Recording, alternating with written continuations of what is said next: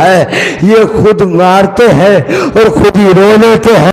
अच्छा ठीक है भाई, फैसला करते हैं, तू अपनों को बुला, मैं अपनों को बुलाता हूँ। फिर बीच चौराहे में मंदिर के पुजारी को बुलाकर लानतें करवाते हैं।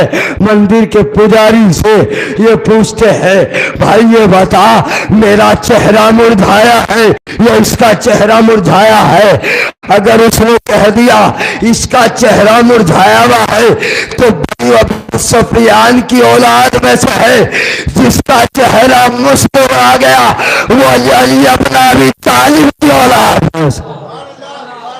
सलावत पर मोहम्मद वाले मोहम्मद। तो जिसका चेहरा मुरझा गया तो अबू सुफियान की औलाद से, और जिसका चेहरा मुस्कुरा गया वो मोमिन की अलामत है। हज्जाज ने कहा कि मेरे दौरे हुकूमत में अली का नाम लेना जुर्म है, लानत हो तुझ पर। अच्छा, हर जगह हर चौराहे सलावत पढ़ते फिर मोहम्मद वाले मोहम्मद पर। हर जगह हर चौराहे दो दो सिपाहियों को खड़ा कर दिया और ये कह के हर गली हर मोहल्ले में जाके कहो कि हमारे हाकिम का ऐलान है कि हमारे दौरे हुकूमत में अली का नाम लेना जुर्म है। इतने असना में घर से अली का चाहने वाला निकला, कहने लगे कैसे सिपाही खड़े हो। आज के टाइम उस वक्त ना कोई सिपाही खड़े होते थे ना कुछ। अब अचानक अगर यहाँ कोई सिपाही खड़े हो जाए तो आप और हम हैरान हो चुका हूँ, हैरान हो जाते हैं, परेशान हो जाते हैं कि भाई ये माजरा क्या है।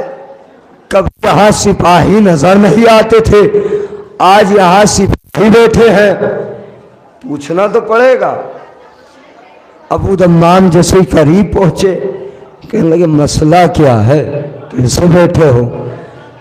कहने लगे हमारे हाकिम का ऐलान आपने नहीं सुना। का क्या हाकिम का ऐलान है? अभी अली के चाहने वाले को पता नहीं था कि ऐलान क्या है। कहने लगे हमारे हाकिम ने कहा मेरे दौरे हुकूमत में अली का नाम लेना जुर्म है। का इनकी हुकूमत में रहते हैं, हम तेरे हाकिम की हुकूमत में नहीं रहते, हम अली की हुकूमत में रहते हैं। का आज तो शिकारी फंसी गया है, गिरफ्तार करके ले जाया जाएगा। अली का चाहने वाला है, किसी बंद कमरे वाले का नहीं है जो डर जाए। इसलिए बंद कमरे वालों के हाथ न नमाज में न खुले तो अज़ाए हुसैन में क्या खुलेंगे। इसलिए हमारी जमात, हमारे हाथ कल गदीर में भी खुले थे और सिकरे अली में भी खुलेंगे। न जिस आंखों को वो मोती कभी रोले नहीं जाते, ये आंसू है किसी निशान पर तोड़े नहीं जाते। बंधे हाथों से शहजाद ने जिनके हाथ बांधे थे, नमाजों से भी उनके हाथ अब खोले नहीं जाते, नमाजों से भी उनके हाथ अब खोले नहीं जाते, नमाजों को उनके हाथ अब खोले नहीं जाते। इसलिए अली के जिक्र हो रहा है। अब हाथ खोल के बैठिएगा। अब 5 मिनट रह चुका है मेरे पास, मैं जल्दी जल्दी इस गुफ्तगू को पूरी करता हूँ और अपनी जगह ले लेता हूँ। इसलिए मौलाना मोहसिन तशरीफ ला चुके हैं।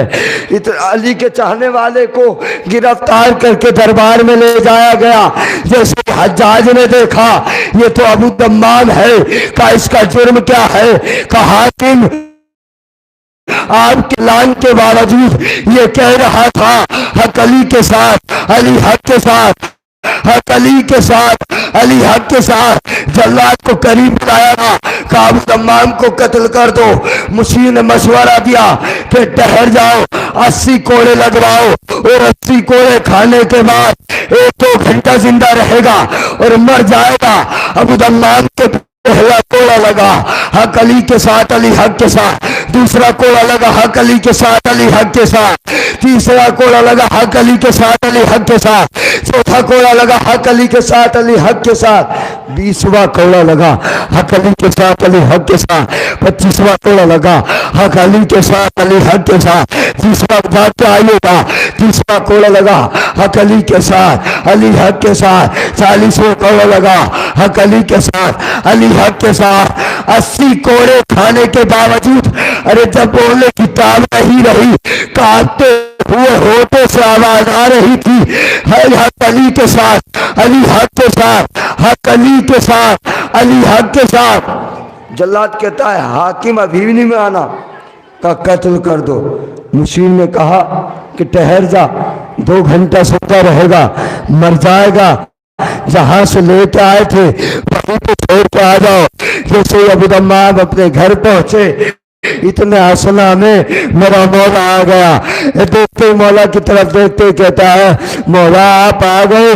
कहा अबू दम्माम में आ गया। कहा काश मौला आप दरबार ही में आ गए होते। कहा अबू दम्माम तूने दरबार ही में बुला लिया होता, अबू दम्माम तूने दरबार ही में बुला लिया होता। एक मर्तबा अली का चाहने वाला कहता है ए आका, ए मौला, मुझे इतनी जिंदगी अता कर दो, मुझे इतनी ताकत दे दो, मैं उसके दरबार में जाकर फिर कहूं हक अली के साथ, अली हक के साथ, हक अली के साथ, अली हक के साथ। अब जैसे ही अली ने आस्तीन को पलटा और किसी पे हाथ रस किया, अबू दम्माम का हाथ उठने के लायक हो गया, पेट चलने के लायक हो गया। अरे जिसमें कुव्वत महसूस हुई, एहसान की इम्तिहा हो गई। 60 साल का अबू दम्माम 30 साल की जवानी में बदला। कहने लगे इंतहा हो गई, बस कीजिए आका। का इम्तिहा नहीं, जब मैंने 40 साल की जिंदगी और अता की, उसी चौराहे पर आके फिर कहा हक अली के साथ, अली हक के साथ, हक अली के साथ, अली हक के साथ, हक अली के साथ, अली हक के साथ। गिरफ्तार करके दरबार में ले जाया गया। और जैसे ही दरबार में गए तो हज्जाज ने कहा कल तो अबू दम्माम आया था, ये आज कौन आया है? कहने लगे ओ हाकिम, तूने पहचाना नहीं, मैं जो हूं वही अबू दम्माम हूं जो कल इस दरबार में 80 कोड़े खा गया था। मैं वही अबू दम्माम हूं जो 80 कोड़े खा गया था। कमाजरा क्या है? झूठ बोल रहे हो। वो 60 साल का आया था, ये अब 30 साल में कैसे हो गया? का तुझे पता नहीं है, हम अली के चाहने वाले हैं, सकीफाओं के चाहने वाले नहीं है। इसलिए हमने किसी को बंद कमरे का मौला माना ही नहीं, हमने गदीर के मौला को माना है। कहने लगे आज तो हम तुम्हें बिल्कुल कत्ल करके छोड़ेंगे, अब तुम्हें कत्ल करेंगे। बस आखिरी जुमला, अब तुम्हें कत्ल करने दें। अली का चाहने वाला मुस्कुरा के कहता है कत्ल करेगा? का ठीक है। का बिल्कुल नहीं। का क्यों?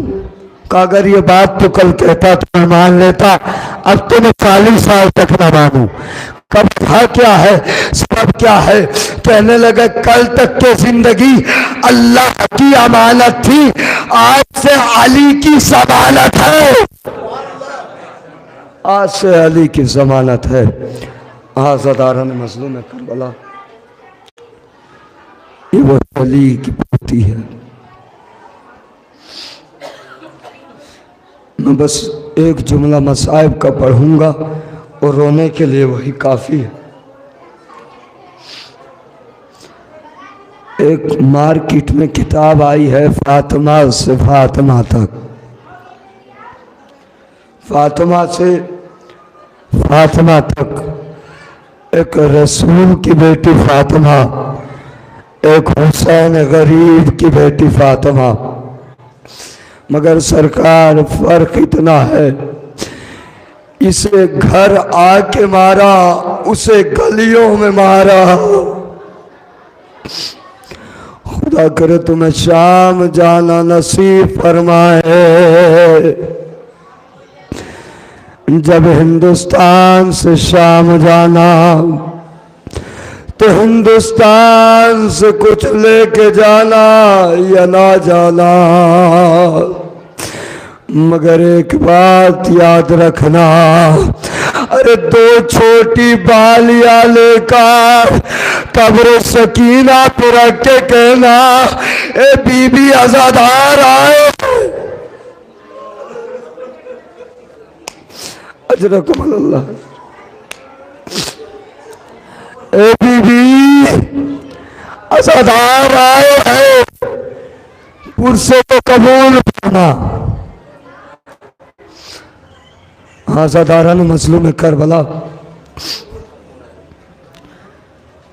एक शख्स जेल में था, उसे पूछा गया कि तू क्यों आया है? कहने लगे मैंने कत्ल किया है। किस वजह से?